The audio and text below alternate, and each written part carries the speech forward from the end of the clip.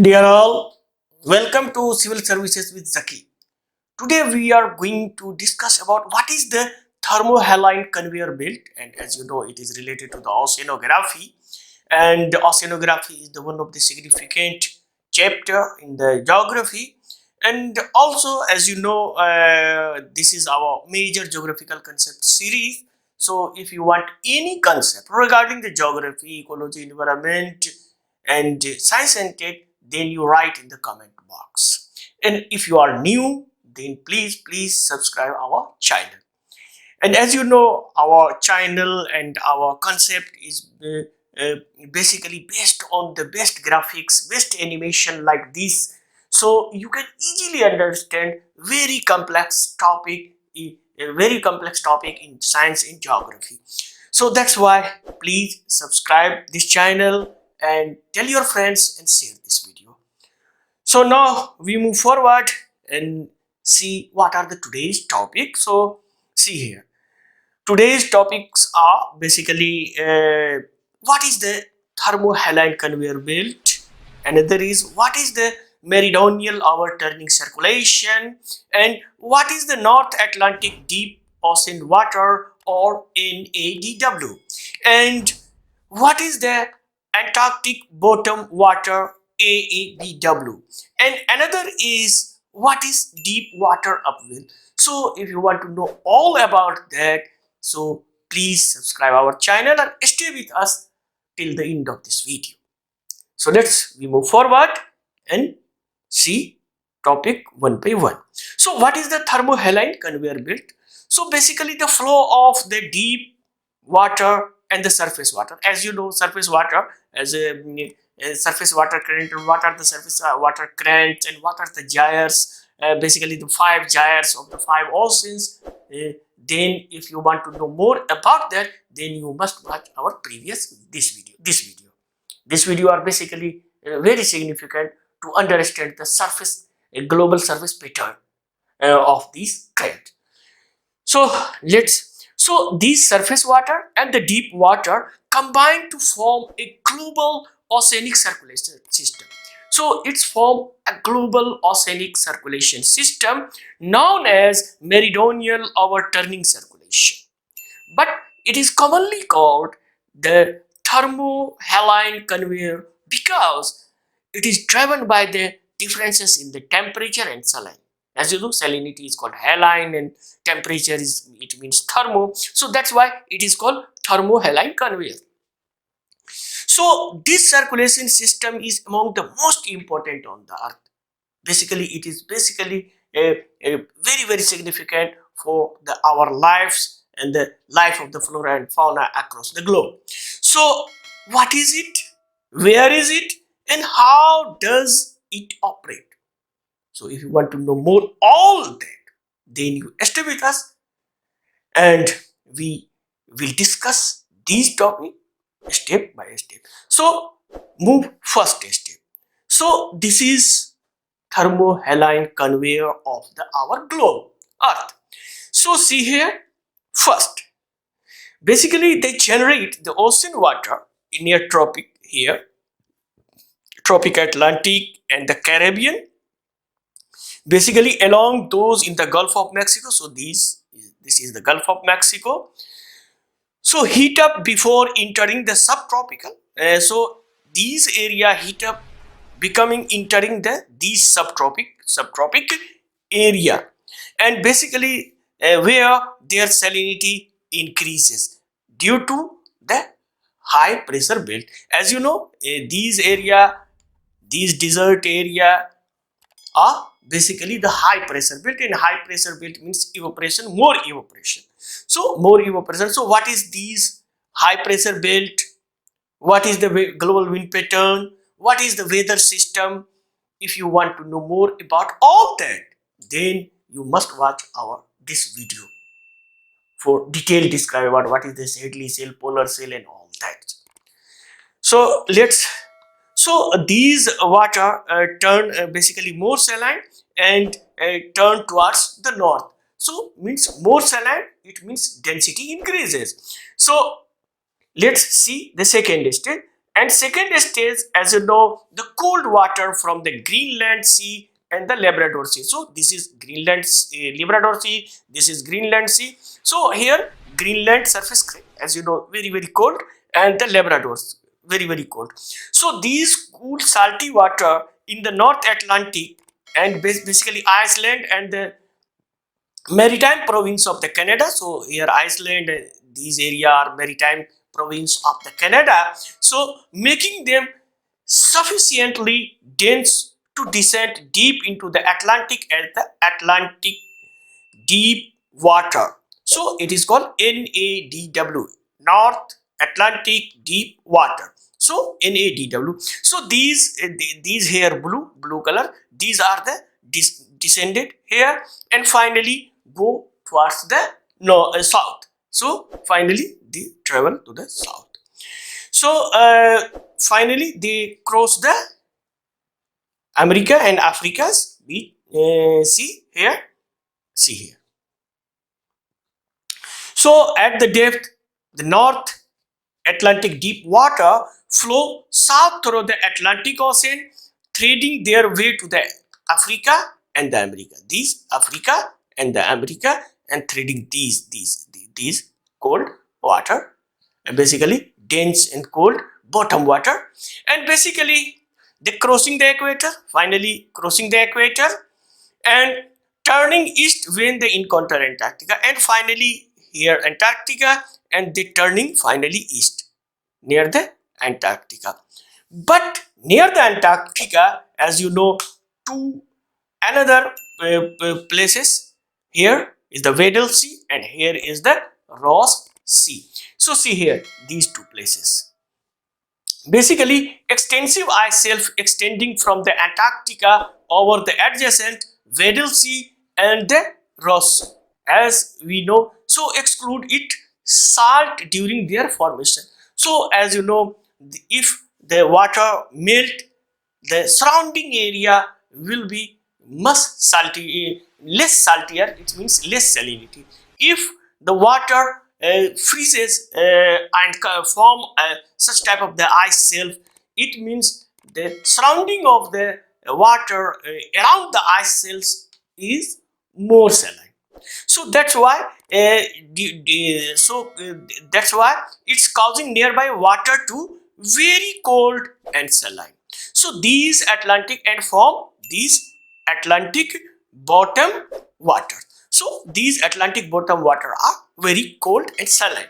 So sink and finally join to the North Atlantic deep water. So finally these Atlantic water join these North Atlantic deep water. Finally these Atlantic bottom water.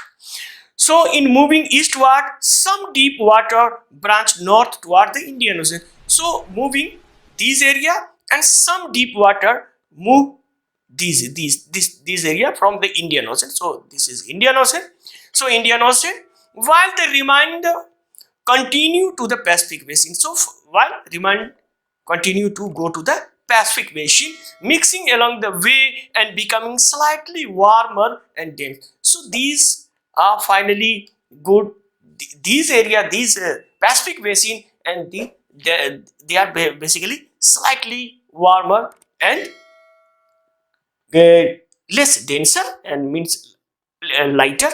It means, and go towards this north. So finally they go to the Pacific and go to near the Alaska. So once in the Pacific, they enter into the Pacific, water turn north. Finally they turn north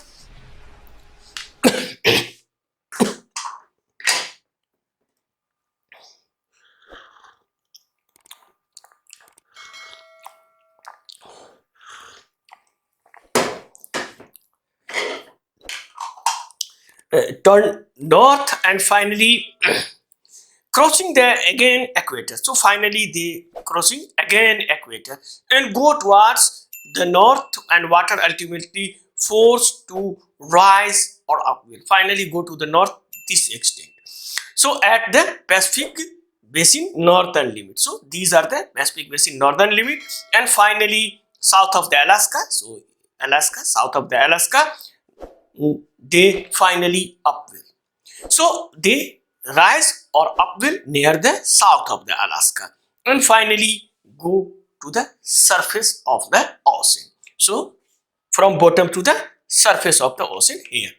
And finally, if we see the conditions about the surface, move these water back to the south. So these area are also land and some type of the topography. So these conveyor belt basically greatly influenced by the oceanic topography. So it is, so if you see the whether it is Pacific Ocean, Atlantic Ocean, there are various type of the topography like mountain, plateau, and abyssal plain and etc. So if you want to know more about what is abyssal plain, what is mountain, what is these type of, then you must join our regular class, and regular class are currently running in the various coachings in NCR and also in CM Abhyuday Yojana also. You can ask any question regarding these topic. So finally, see here, these water finally go to back in the tropical area and the equatorial region. So finally go to these area and finally go to the equatorial region, ultimately returning to the Atlantic south of the Africa, and ultimately finally they return to the South Africa and completing the loop near the Gulf Stream, and finally they completed the loop. So see here. So what happened about the some other branch? They entered into the bottom water, entered into the Antarctic, into the Indian Ocean. So see here, near Indian Ocean. So as we know, neither Indian Ocean, neither Pacific Ocean basin extends sufficiently poleward. So here pole. So if you see the Atlantic Ocean near the pole, so if you see the Atlantic Ocean near the pole, but not Indian Ocean and not Pacific Ocean extend towards the much closer to the pole. So that's why basically poleward extended sufficiently poleward, so so generate their own northern deep ocean water. So they cannot operate these deep ocean water, so such type of these blue water. So but deep water upwell in the Indian Ocean here from they finally branched from the these North Atlantic bottom North Atlantic deep water. So here from the Antarctica. So these water coming from the Antarctica are finally upwelling in the Indian Oceans and finally join the surface flow around the Africa, and finally join the surface flow near the Africa. So these are the basic characteristic of these bottom basically these thermohaline conveyor belt, because these thermohaline conveyor belt are very significant. It's also impact our weather phenomenon, whether it is El Nino and La Nina. If you want to know more about what is southern oscillation and El Nino and La Nina etc., then you must watch our watch our upcoming video, and also for this video you must subscribe our channel, and we provide you a new type of the platform in 2023, as you know, ask to ZAKI sir. So this is what ask to ZAKI sir. You can ask any question regarding the environment and geography, and we will provide you the exclusive answer with your name in that video, if and starting from 2023. So that's why you can find more materials and topics in our channel, YouTube channel, Civil Services with ZAKI. That's why you subscribe our channel. So that's all about the global conveyor belt, basically these thermohaline conveyor belt. And if we and as you know, we provide you the animation. So see how these water go to the bottom and melt. So as you know, this is our animation. So see here. So see here. This is basically generated near the Gulf Stream tip of the Alaska, and finally go to the. So here, if you see, these current generate here and go to these area, and basically these influence the weather and climate across the Europe, Africa, and Europe and North America.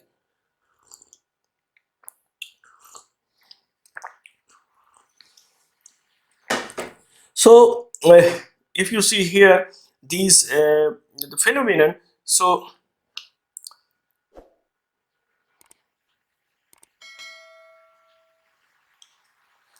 see here. So here warm water go towards these area northward, and here Labrador, and here the Greenland water very cold, and finally they dense and sink in these water, sink, and finally they go to the bottom of the, and finally the conveyor belt completed. So these conveyor belt are very significant, and these two area upwelling area.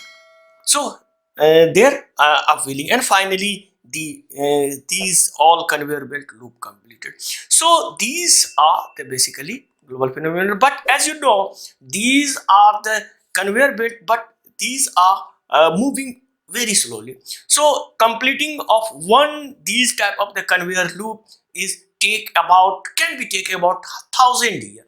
So it is very slow. So it can take 1,000 years to complete this circulation.